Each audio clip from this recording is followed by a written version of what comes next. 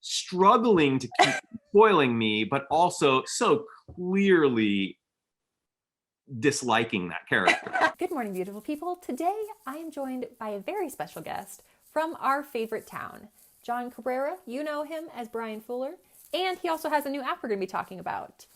Let's jump into the computer.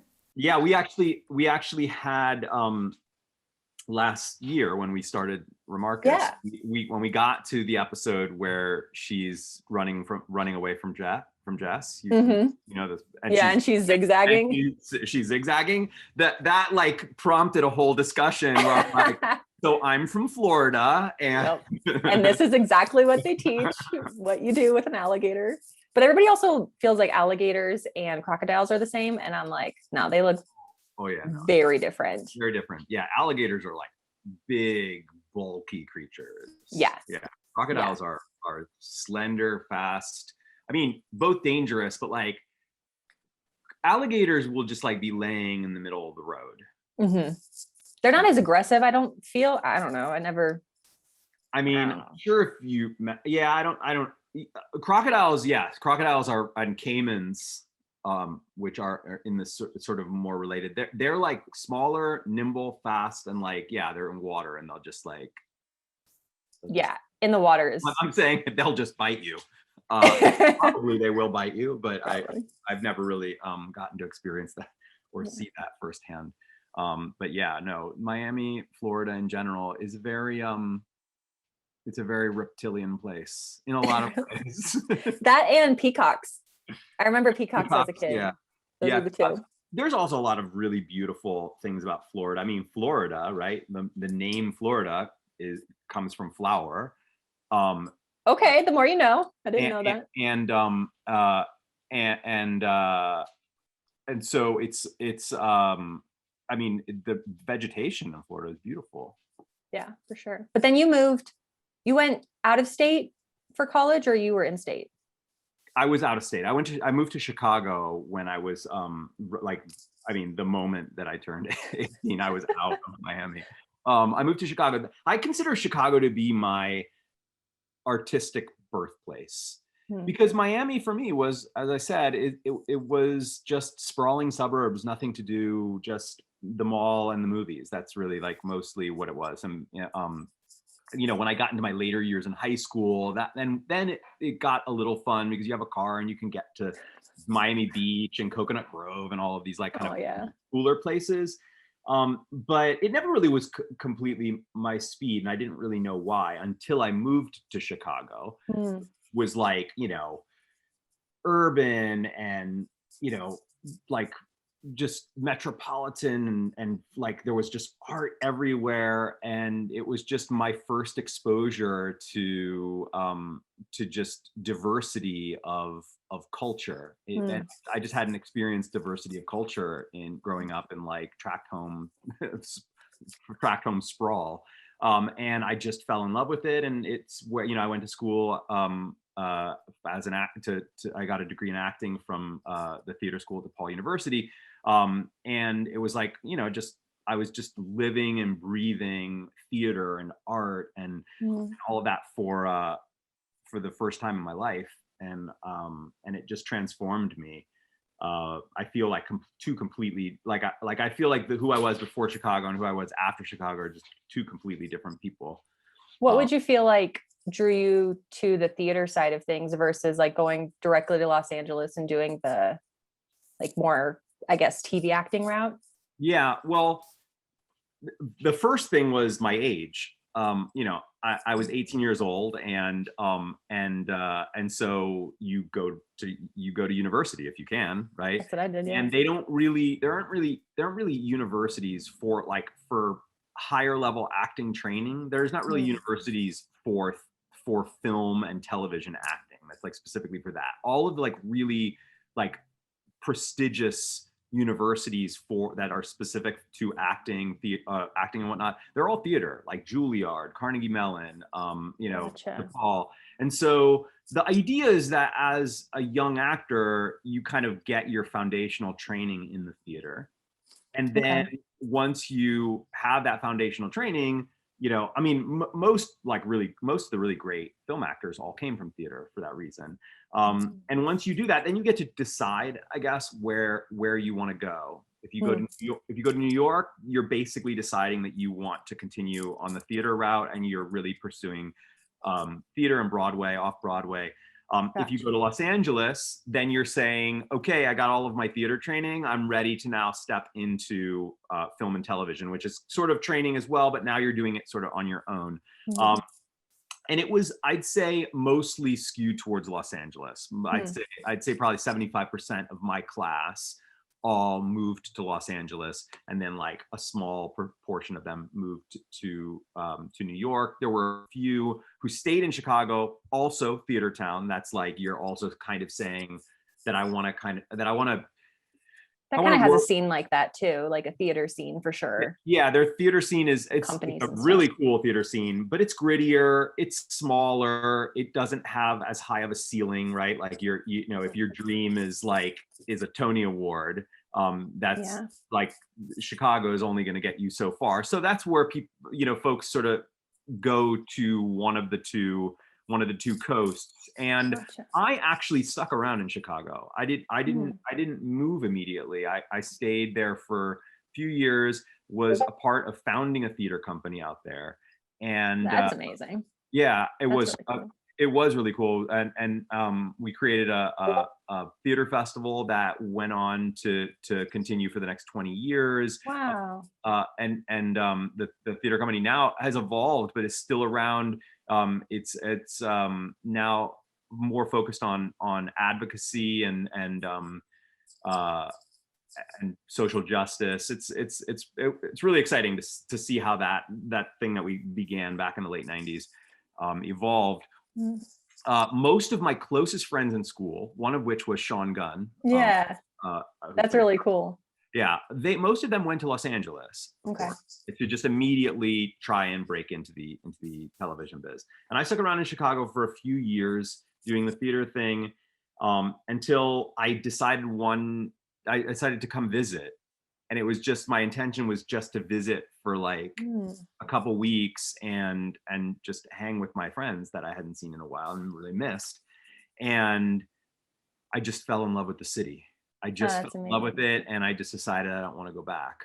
Of course, I had to go So, back to go get my stuff, but so but you moved from Chicago to Los Angeles, and then you get Gilmore Girls, which is such a fun experience. yeah. What was it like when you walk on the set? Like how would you say, I mean, I'm sure there's so many different ways, but how would you say that's different walking on like a huge like town set like that versus behind stage? Yeah.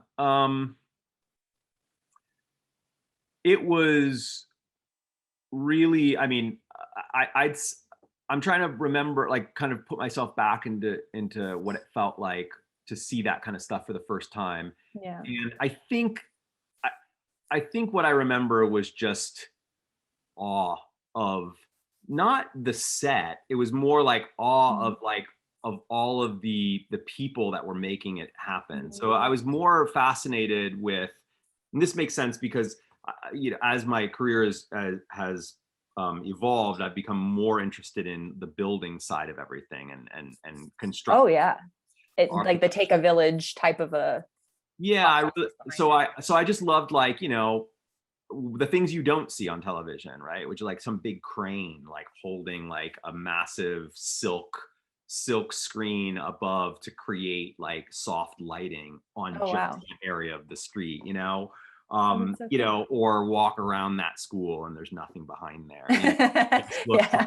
from the front, so I was in all of that. I think I was also just like probably just so incredibly excited that I got cast in that on that show, or just Yeah. on a show that was on television. That was like, that's such a huge deal for an actor. The When I first came to Los Angeles, I actually came out here and was doing theater. So when I first got here, um, there was a playwright, a really, really amazing playwright, who's now gone on to television. Her name is Jessica Goldberg. Oh wow. She's the showrunner of that show, The Path. Oh, okay. Okay. Um, Incredible writer. very old dear friend. She wrote.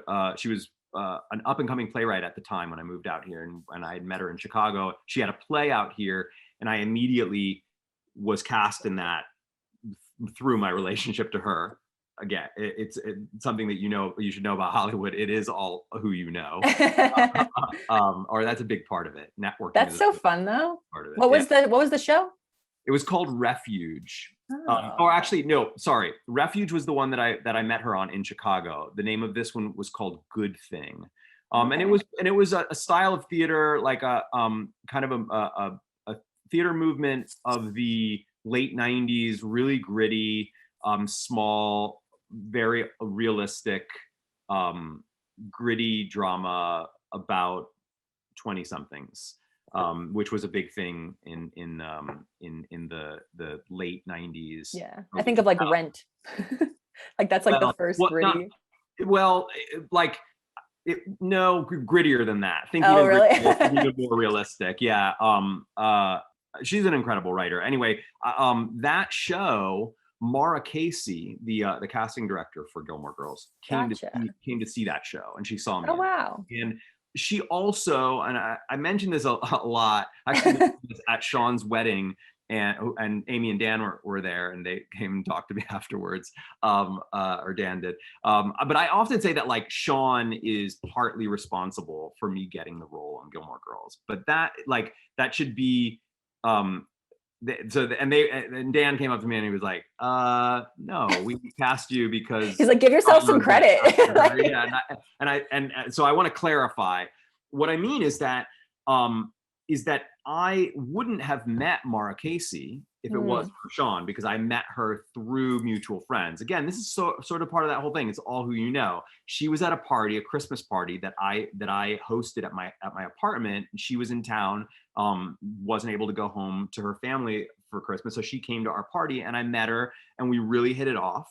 And she is a lover of theater, and she wanted to come see the play that I was in. So she came to see the play that I was in, and then was like, I'm going to find you a role on this show. And she brought me in for a couple things.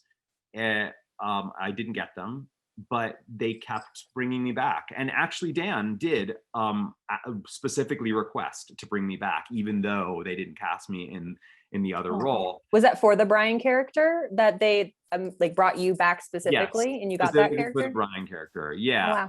Oh, wow.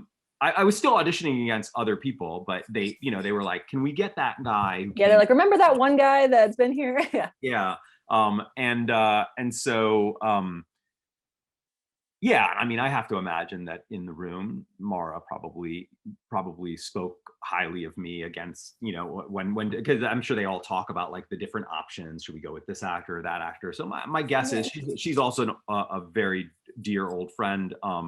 And so I would have to imagine that was a part of it. So, it's not like he directly got me on the show, Sean directly got me on the show, but it is sort of, your path in the arts in general, not just in film, your path in the arts is really it's a lot about who you collaborate with, who you dream. I think that's a great word. Yeah. Yeah, I think that's a great word. I feel like also I worked in hospitality for 8+ years. And I feel like that was kind of like a similar thing where you go to this hotel and you meet this person from that hotel and you're like, oh, I remember you from back in the day. And I feel like that would be similar with it's not even about like, who it's really like who you work with. Like it's developing an artistic relationship to other people. That is really the most important part of the equation, and how all of that syncs up and eventually like creates some level of success is always this very winding path that you only see after the fact, right? Like only now can I go back and like trace the steps from Gilmore Girls all the way back to Chicago and be like, oh, wow. I can even like point to people in Chicago that probably I haven't talked to in years that wouldn't even consider it. I would probably point to them and be like, you kind of also are responsible for me getting on Gilmore Girls, because if this hadn't happened and that hadn't happened, I probably wouldn't have gotten to where I was. Yeah, it's interesting to look back and kind of see the path that you take to get to like where you are now. And I feel like, I don't know, I was just kind of thinking about the show and again, like the set in general. Yeah. I think one of my things that I love about Gilmore Girls is like the excellence involved with that. And I think it's kind of similar to what you were saying about how like there's so many behind the scenes and there's so many things like from the sky and the trees or the whatever. Yeah. What would you say, having seen the show through seasons as in like fall, winter, spring, summer, what was the most like exciting to see the town turn into? I mean, come on. I know. I feel like I Come have on. I talked about this constantly during our watch last year. Um, I cannot overstate how absolutely mind-blowing winter is in Southern California on a set. How absolutely incredible the company that turns that whole lot into winter is, because it's so many different layers. It's not just one kind of snow. It That's is so crazy. different kind of thing that they use to create the sidewalk, a different type of thing that they use to create the slush that's on the side of the street, a different type of thing that they to create the actual road itself and like the snow that's there, a different type of thing that's on mailboxes, a different kind of thing that's up in the trees. Like it's all these different, because like how snow interacts with our world it looks different in all of those Yeah. spots. So in order to create that illusion, they actually have different materials for that. For the sidewalk, it's actual paper. It's like wet crushed paper. Oh, interesting. Okay. For the mailboxes, it's a light spray. It's like a light like white spray. Floating in the air is soap bubbles. On the trees, that's something that they spray onto the leaves. On the side of the road, it's a mold, like a wireframe mold with white felt or grayish felt over Okay. top of it. The streets are wet with wet paper that they put around it. And I thought that was always like it just happened to rain in Los Angeles or something. No. They have to keep doing it too, because of course the sun is out and it's hot, and so it's constantly drying. So it's like between takes, a guy walks out there and he just like hoses the street, make sure that it still looks glistening and snowy. That's but so you know impressive. that it's the one thing that lets you know that it's not actually the winter or cold, is that no one has frost coming out of their and True. And that one mountain that sometimes we see. It took me like 4 or 5 rewatches to like it's realize not I'm a like, mountain. yeah, there's no mountains in New England like that. Yeah, it's not a mountain. It's the hills. It's the Hollywood Hills. Oh, hey, there you go. It's the Hollywood Hills. It's the back of the Hollywood Hills. Yeah, there's no frost, because nowadays they would probably put it in post. They would put like some digital frost of your mouth. But back in the early 2000s, frost, like CGI frost, was really not. It didn't look good. It really? It was like CGI frost is really hard to do. It's like one of the more difficult like visual effects, like wise, because it looks really fake if you get it wrong, and like really fake. And so you have to like be able to like see through it kind of too, because if you're like talking to somebody. Yeah, it's everything from it's like how see-through it is, but also like how fast it comes out of your mouth, the rhythm, the speaking, because it's on each line that you're saying as you're speaking. It's coming out in puffs, come out at the right thing. And if it's just slightly wrong, we all know what it looks like. It immediately breaks the immersion. So nobody ever did it back in like in the early 2000s, or they would do it for like huge movies, and even then they would get it wrong. And now frost on television looks really good, because visual effects have gotten much better, but back then they didn't. So watching all of that stuff, I'm like, oh man, that's the one thing that they didn't get, that cues you that it's not in a cold climate, even though like everything else looks incredible. And I feel like for me, like watching certain episodes of you watch back through it, or watching back through it myself, I love all the characters. Like Lorelai personally is my favorite character, just because we have just so many different connections of things. But I love the town, and I feel like that's a big thing with the community of Gilmore Girls in general. Is you want to go back to Stars Hollow, you want to hang out there in fall, you want to imagine yourself getting a cup of coffee at Luke's and then walking over to the Dragonfly, and that whole set. So for me, I would say winter was very, very impressive, especially because when they were walking, it wasn't like foam was like collecting around their feet or anything from like certain TV shows and movies. But I would also say fall is probably one of my favorite as well, just because of like the events and like everything involved with that too, and how like massive all of the Stars Hollow events were, even in like the set production. And like, I love that the clothes are very timeless to me. So I feel like that's such like a fun thing to think back through. Like if you were to go to a Gilmore Girls event, which one would you be like, I have to be there and go to that one? Oh, the hay bale the hay bale maze. Hay bale maze. I was trying to think like, how do you say that? Bale hay maze. Yeah. The hay bale maze. I mean, for sure it would be that. Like for sure. Really? Why that one versus like another? I think I'm allergic to hay, so I probably wouldn't. I don't think that I'm allergic to hay. I don't know. I have allergies. I don't think I don't know. I love mazes. I love puzzles. I love all that kind of stuff, and it looked really, really fun. But I mean, a bunch of them. I could tell you I wouldn't. Oh, what am I talking about? I know exactly. I'm sorry. You're okay. You're forgiven. Backtrack. No, my favorite. And it's my favorite episode. Definitely the one that I would love to but you can see, well, you know what? I still would probably a true Gilmore Girls fan. I would probably still want the hay bale maze just because I kind of like mazes, but it was my favorite episode. It was impressive. You can actually go to one of these. Was the Festival of Living Art. Oh, 100%. Oh, that was crazy. Like even watching it, I'm like, they literally like until they move, you're like, that makeup's incredible. Well, it was just as incredible seeing it on set. Really? Like there was very there was very little camera illusion that happened there. That's so incredible. Right? They certainly didn't do any visual effects, but like, you know, the camera angle, all of that plays a part in making sure that it like is right there. But even there on set, sorry. Oh, you're good. Hi, you guys. They're like, protect. Nobody's there. Keep the house safe. We're safe. We're safe. Yeah, no, it was just it looked incredible on set, just as incredible as it did there. I was in that episode. We were the band was, it was the episode where Gil joins the band for the first time. Yeah, I love that. He's there at the festival.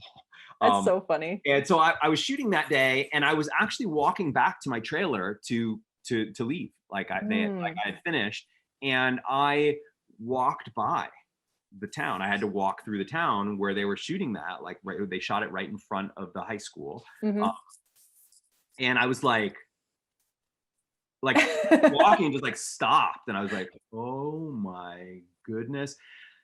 I'd never seen the show. I watched the show for the first time with fans last year, and I was really excited to get to that episode because I hadn't seen it. I didn't know what it looked like. I only remember it from being on set and just being like, "Oh my goodness, this is incredible!" And it just didn't disappoint. It was awesome. But still, I think just if you're asking me personally, what I would want, like John Cabrera, I would want to walk through a big, huge maze like that. I mean, that looked incredible, and just knowing how much of the town they had to actually put, like knowing the it's not a small maze. Yeah, knowing the size, that set is a town set. It's as big as a little so town. Crazy. So yeah, it is. So to be able to put all of that hay there, I don't know. I don't think I was in that episode. Maybe I was. I don't remember, but I don't remember that. So when I saw it for the first time, I was like, what? Like I should have gone to set that day. Yeah, that's season 7. Yeah, it is. That's season 7, the controversial season. Agreed. That is a very Gilmore Girls. So speaking of kind of transitioning, I'm controversial though. There you go. I'm controversial because I don't dislike the season as much as other people do. I don't either. I think the characters take sometimes like different. I mean, every fan is like, I would have done that differently, or she should have done that, or shouldn't have done that. But I think that's also the part of the show that's great. So speaking of that, where we meet Gil and everything, and then kind of have Alien transforms into, I would say like almost like its second phase, second iteration, Yeah. something of that I, nature? I would actually say it's first, because I think that Oh. in the first season of Hep Alien, which is season 3, Mhm. I feel like Hep Alien was really more of, it was really more set dressing to the Dave The Lane Dave storyline, Ramsey. right? Like that, like really just it was more the idea of a band that I was a part of, and that's not to downplay the character. There was plenty of fun, quirky things that the character did in that season, and the same with the Zach character. But I feel like when they decided to bring back the band, even though Adam Had had moved on to the UFC, that was when they had to really decide what they wanted the band to be, because Yeah. now we don't have a storyline. It's not Yeah. about a storyline with Lane and someone else, and they didn't even get into the Zach Lane thing for another season. And so season 4 is really where the band becomes a character on the show, and where we all start to develop our own personalities and quirks, and I think that's where Brian and Zach become the characters that everybody really knows and loves. I would agree with that. I feel like we kind of see the band form and get to see you kind of work through, what does the band look like, and who do we Yeah. pick? And Yeah. there's like somebody that like they like make the joke about him being like older and stuff. But I think it's just I love that Sebastian got to be on the show, and that it's just like creates just like such a fun atmosphere, and he brings just like his own quirks to the band. And then, as you were saying, kind of like your character and like Zach and everything, just kind of like, I think we see you a little bit in the first like few episodes of like arguing about what's the hymn look like, and what's this and that. And like, I'm not going to say these words, but I think we kind of get to see it flesh out over the next few seasons. And that's really fun. Season 3, they kind of, they created some like character traits that, right. And I think that in season 4 is when you get to see how all of that plays out in their interactions with one another. Yeah, that's where character really happens, is when you start to develop like that interaction between them. You see what their stakes are, what they all want from each other and individually, and so we've already set up a few of those traits in season 3, and now we get to see how they all play out as in their interaction with one another, and that's where character forms. First of all, Adam was amazing and a really, really cool guy. But I don't really think of the band like Hep Alien. I don't really think of it without Sebastian. I would agree with that. I feel like I know that some folks are kind of like, they'll like, when we talk about Hep Alien, you're like, no, they'll be like, and don't forget Dave. And I'm like, sorry, I did. Oh, I think that's okay though. I mean, I think that's like the beauty of the storyline. And I feel like I really appreciate that, like, Amy allowed Hep Alien to become what we all saw and what we loved. And we got to see how like that still does interact with Zach and Lane. But then I think also it allows your character and like Sebastian, like you kind of like you're your own people. You're not just Hep Alien, which is what I like. What would you say for Brian as a character is like his most endearing quality to you? His most endearing quality is that he is extremely loyal. I imagine that he was a huge part in raising the twins. I agree. Yeah. That he probably like drove them to school every day, that, or like showed up to like help change them in the morning. Because I don't think I'm sure that he was living on his own by that. But that he's really loyal. The fact that he and this is where I believe you can see it in the characters. Zach and Brian are just polar opposites. They're not at all like the same personality. Yeah, agreed. Which means they're not the type of people who would have developed a friendship later in life. Good point. They likely are friends from when they were little kids, and they've just been friends the entire time. And so I think that Brian has a real like for him, friendship is really important, really special. And Lane comes into his life through the band, and she becomes just as special. The children are Steve and Quan are born, and they become really special to him. Yeah. Not that they aren't special to Zach, but I think that probably Brian was the like dad in like the responsible dad. Like Brian took on a lot of the responsibilities that a responsible dad was doing, and let Zach off the hook on some of that stuff. I love that. I love that. Okay, so kind of transitioning, you have a new project. John, have a new project, which I am very excited about. Yeah. Okay, so for those who don't know about Remarkist, tell us kind of what that is and how that was birthed. Yeah. Okay. So so first I should start by saying, before I was on Gilmore Girls, something that folks don't know about me is that I was actually like a tech guy. Oh, okay. Yeah. So when I as I told you, I went to school for acting. Most actors, of cliche is what? Like, while you're trying to get work, you're a bartender, you're a waiter, you're right. Yeah. I turned out to be terrible at those things. So were you a coder? Is that what you're moonlighted as? You were like coding? Yeah. So I taught myself like a bunch of like programming languages in like. Oh, nice. I tried HTML and I was like, oh, this is a lot. I'm like, this is the most basic one. Right. So I just taught myself a bunch of scripting languages in the late 90s, when like the whole .com thing was like, wow, you're right on the cutting edge then with all of that. Yeah, well, yeah, I wish I had been a little earlier, but if I'd been focusing on that while I was in school, man, but I probably wouldn't have gotten Gilmore Girls. Yeah, but again, the road that we take. But now you're here. You made your circle. You're back. Yeah. Did you code the accent?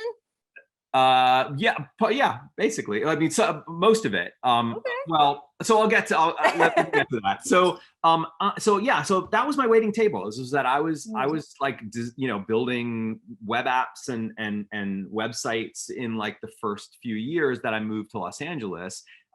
2 years, and then I got Gilmore Girls in 2002, and then that just changed my life, and I didn't need to be coding, and I just started to just sort of dream about what I wanted to do next. When the show was going off the air, I decided that I wanted to go behind the camera. I really didn't want to be acting anymore. I wanted to be writing and producing and directing, and so I made a big push for that in the last year of the show.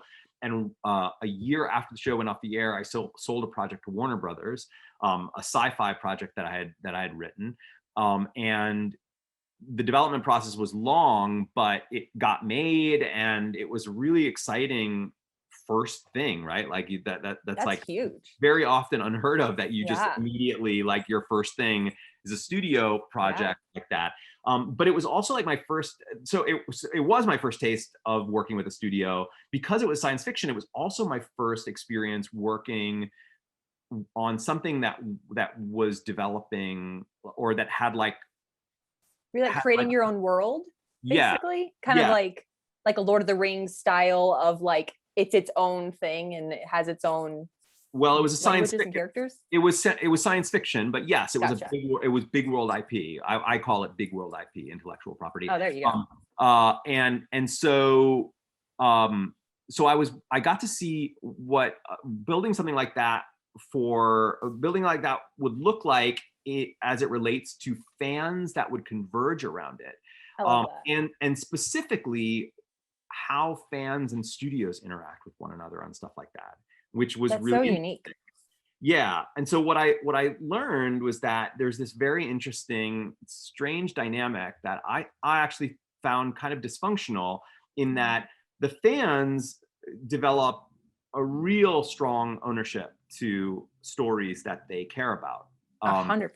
Yeah, they develop that, and that leads to a sense of ownership, leads to a sense of creative ownership as well, right? You see that in fan fiction and in cosplay and in fan merchandise. The studios love all of that evangelism, but there's also a little bit of a fear of that evangelism because it also treads on trademark and it like, you know, and copyright and, you know, and so there's this weird, like, we want fans to be super excited about our stuff, but we don't want them to feel like they actually own it, right? And I kept like asking myself, like, why? Like, what's the big deal? Why not allow fans to make this bigger than it is now? Why not allow fans to develop this? Why not let them use your trademarks and use your copyrights and expand it and even maybe make some of it official, you know? Which just, you know, something that studios just can't really. Yeah, it's tricky to figure out how to like balance that. So in the early teens, I started asking myself just a very simple question, which was, could you somehow focus all that fan creativity and help fans create their own story worlds? Like, could you possibly like wrangle a whole bunch of passionate sci-fi nerds and be like, we're going to build our own Star Wars like universe together? I love that. Now, of course, the questions there were like, how, like what does that look like? Were like, how would you ever track everybody's contributions? Like, who owns what character, who contributed whatnot, and how would you incentivize it? Like, how would everybody get paid? What happens if it got turned into a big movie? You know, so these were like the big questions that I was like, I was like spending most of the teens just really trying to figure out. And it was like around 2017 that I decided, you know what, you know how to code. Why don't you try and build something? So I first took like a deep dive into tech to see if there was anything like it. I realized that what I was probably looking at was some sort of game, some sort of writing game where, you know, collaborative writing game. I like that. Own stuff. So I built this like little game app that was designed like a writing game app. And I started sharing it with some of my writer friends here in the industry. And the general consensus was it was cool, but not anything that they would use. And that sort of was a big defeat very defeating for me because I'd spent so much time on it. I kept hitting my head against a wall trying to figure out how to make it work. And finally, I just decided to take a step back. My daughter had just been born. Congratulations. Thank you. It's so exciting. It's been wild ride. But you know, changing diapers and feeding a baby in the middle of the night, I was listening to Clubhouse, just like random late night radio style. Starting to see some connections here. And I suddenly started thinking about I started thinking about fandom. I started thinking about like, were the writers that I was like showing this app, were they really the right folks to be showing this to? They weren't really fans, they're professional writers. I started thinking like about how I would share this vision with fans. And then I thought, there's this show. Yeah, there was a show that you were on. And it has a really big fandom.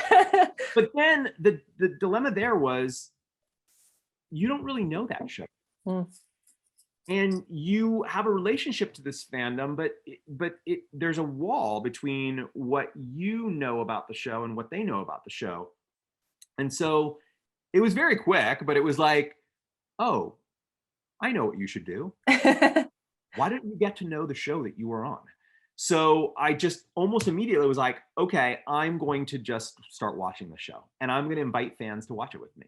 And I'm going to watch. I think that's so unique. Yeah, I'm going to watch it every night on Clubhouse. We're going to count to 3. We're all going to press our play buttons at the same time so that we all know that we're watching it. Nobody can hear each other's episodes, so we're not like infringing on copyright or any of that kind of stuff.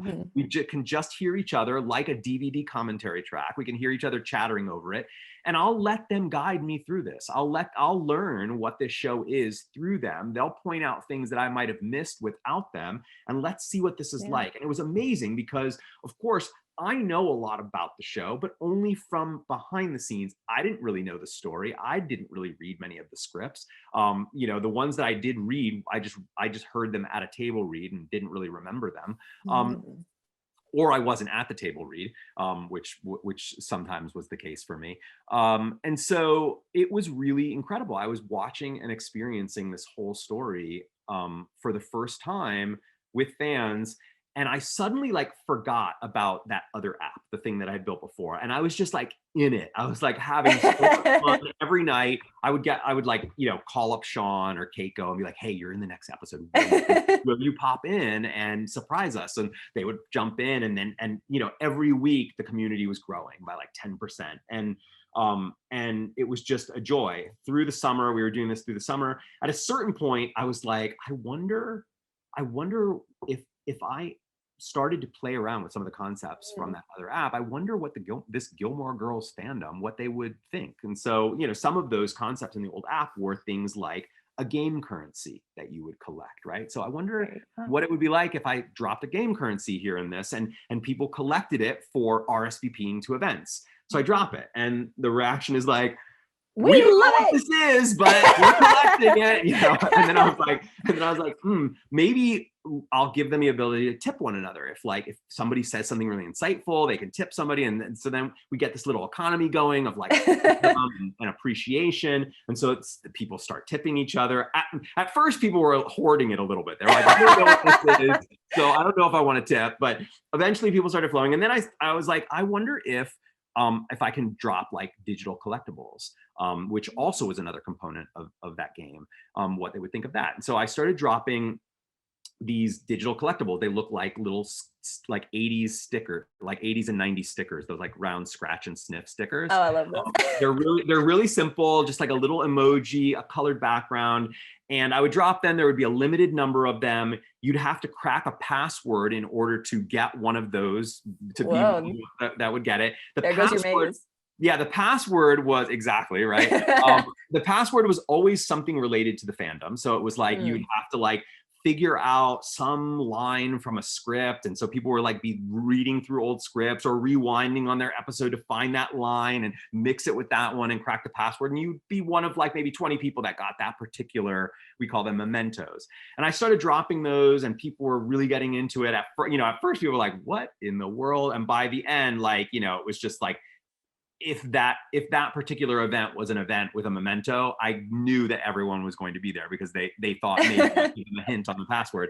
And I was just having a really great time. And then about halfway through the summer, a friend of mine, Sean Harding, who's an ex-Google Amazon developer, super seasoned, considerably more experienced at building apps than I am, he contacted me and he was like, hey, I'm seeing what you're building here, and it's really freaking cool. Yeah. Do you need any help? And I was like, yes, please. Yeah.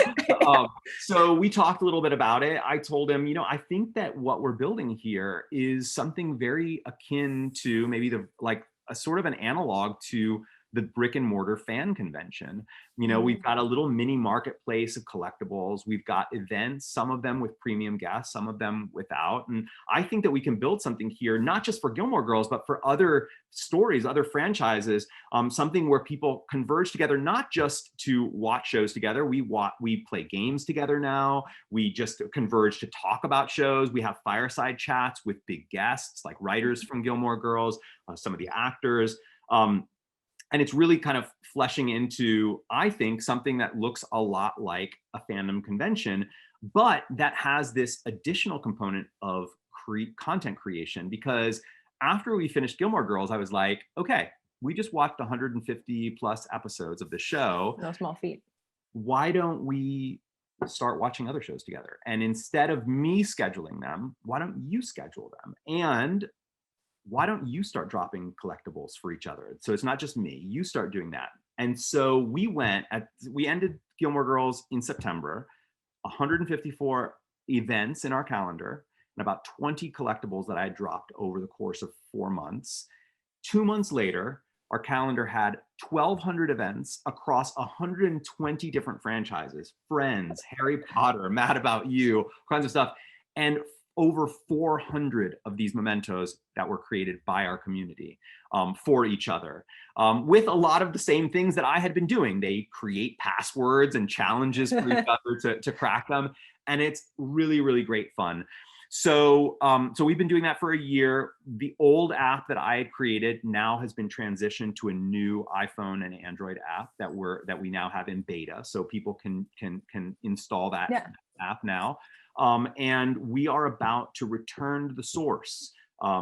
June is going to be a full Gilmore Girls celebration. So every day in June is going to be like all these events pertaining to Gilmore Girls, watches, of course, of the entire show. We're going to compress our full watch of the series in June, but we're going to have fireside chats with crew and cast. We've got casting directors coming, writers coming. We've got over 30 cast members that are going to be joining us at various points during that to watch the episodes that they were in. Small, also bigger. We have main cast, side cast. It's going to be a blast. We've got trivia games, Cards Against Humanity, like all categories are in there, just general gab sessions. It's going to be like a full festival, like what you would experience if you went to a fan festival every day in June, all day long. And meanwhile, I'm about to move. So yeah, you got a lot going on this month. We're pulling this off. But yeah, it's crazy time right now. But really, really exciting. And people can install the app now. They can start earning that currency, which we're going to be using in all sorts of ways during the month, from event ticketing for some of these premium events with some of the cast, to collecting some of these mementos, and building your sticker album, so to speak. Yeah. Yeah, and I'm going to get to experience my first rewatch, because the first time was not a rewatch. The first time was a first watch. So I'm going to get to, and the first time that we watched it, we were really, really sensitive to spoilers, because of course I hadn't seen it. So I was like, no spoilers. Whereas this time we're going to probably be a little bit more lax on spoilers, because of course that's some of the fun, is to talk about things that you already know. But I'm really excited to watch the show, knowing what happens in later seasons, and to now watch it again with that perspective. There will probably be aspects of the story and characters that I'm like, I didn't see that the first time. When you were watching through it the first time, did you guess some of the plot lines correctly, or were you? I was that's actually like one of the little running gags, like within the community and within any watch that I lead. Because now, of course, Remarkist is lots of people leading watches, but any watch that I lead, almost always the running gag is that I make predictions of what's going to happen. I do that too. Yeah, I'm the talking person during the movie for sure. I'm like, can I guess it right? Will I get this right? I'm. If that annoys you, you probably don't want to come to one of my watches. Meaning, one of the ones that I'm hosting, or actually not even the ones that I'm hosting. If I'm at a watch, I'll do that too. If I'm up on the couch, we call it, rather than it's the stage on Clubhouse, but we call it the couch. If I'm up there, I'm always doing that. We have a big Buffy watch right now that we're doing. I did see that. We're going through Buffy, and oh my goodness, I'm every episode I'm predicting. But I predicted a bunch of stuff in Gilmore Girls, and I would say that I got most of it right. And truly, I know that some folks were like skeptical, like, oh, did he know? Did he? I'm telling you, I knew very, very little about what that show was about. Really, truly, I didn't even really know about like the whole concept of, I'd heard about these Friday night dinners. I didn't really know what that was. And that's really the whole show begins with that concept of like, okay, we will give you the money for her education, but you gotta do this. You gotta do this, right? Like, that's the inciting incidents. That's the whole point. The whole show begins there. I didn't even really know that was what that was. I didn't know how this story begins or what any of that is. I didn't really know much about the Christopher character, which was a very controversial character, talking about that character during the run. Which was funny because of course, Gilmore Girls fans have a lot to say about him, and how much much trouble he brings to the story and to her life and all that stuff. I'm watching it for the first time, and you can feel the energy from the fans who were watching with us, struggling to keep spoiling me, but also so clearly disliking that character. And I'm like, did you guess the last 4 words? Like, did you see that coming in the reboot, or did you know that was kind of Amy's plan? I've heard her say that was her plan from the beginning, but you know what, I'm gonna I think you can plead the 5th if you no. Oh, no. Nobody knew those words. Nobody knew those words, truly, except Dan Palladino, I believe. But Todd Lowe guessed them, or guessed very close to them. Whoa. On set, back when we were doing the old series, I remember Todd Lowe saying, I remember Todd Lowe saying that he thought that the last four words were, "I'm keeping the baby." Oh, that is really close. Yeah. That's a good guess. Yeah, or like, and he said something like, about a baby. He's like, I think it's like, "I'm keeping the baby," or "I'm keeping it, mom," or or something like that. But basically, the idea was the same. He was basically saying, I think the last four words bring us back to the beginning of this, which is Lorelai having a child at her age, young.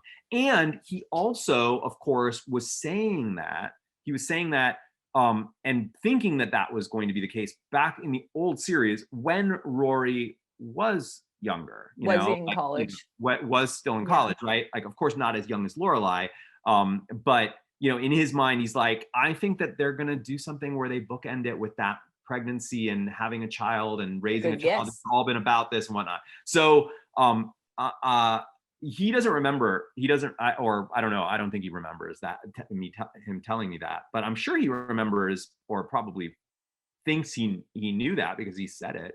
And when I found out that those were the last four words of, which I did find out during the revival, that kind of got around set, even though they tried really hard to close that. Yeah, like this is a closed set, and you're like, but I'm gonna know. But it ended up getting around before while we were still shooting it. And when I heard that, I was like, oh, Todd Lowe got that. Like he guessed that so yeah, right. I remember when he said it, I was like, that's pretty good. I actually think that's pretty good. Yeah, that's for sure a circle. So to give you your time for the rest of the day back and let you pack and do all of your things. Thank you so much for hanging out with me. I'm excited to join. I love the community. I think my favorite part of the Remarkist community is that it's not anything for likes. It's just you hanging out with your friends, watching things together, and then hanging out afterwards. Like, it feels very genuine, which I love. It's wonderful. And the community that we're building are just incredible individuals. Like, I mentioned, this whole concept of this game currency and how we use it and whatnot. Tipping one another is sort of this, it's kind of the foundation of the platform, and we see that all the time with members, helping each other out. You have to have that currency in order to create those collectibles. So sometimes people don't have enough of it, and so then you'll have another member will be like, oh, I'll loan you some so that you can create. So it's a really, really cool community, really cool project. Anybody, if any of your viewers are interested, they can just check everything out at remarkist.com. Perfect. I'll put that in the show notes of this as well. And then I'm going to be hanging out with you later on Sunday, in June as well. Yep, on Sunday. Yeah, and Sunday, you should come check it out. Keiko's going to be with us on Sunday. The 5th of June, if you're watching this in time. June. Yes. If not, then you can always scroll it back and find that one. Yeah, 5th of June at 10:30 a.m. Pacific time. That's 1:30 p.m. Eastern time. Yep. And she's going to be with us. But there's lots more.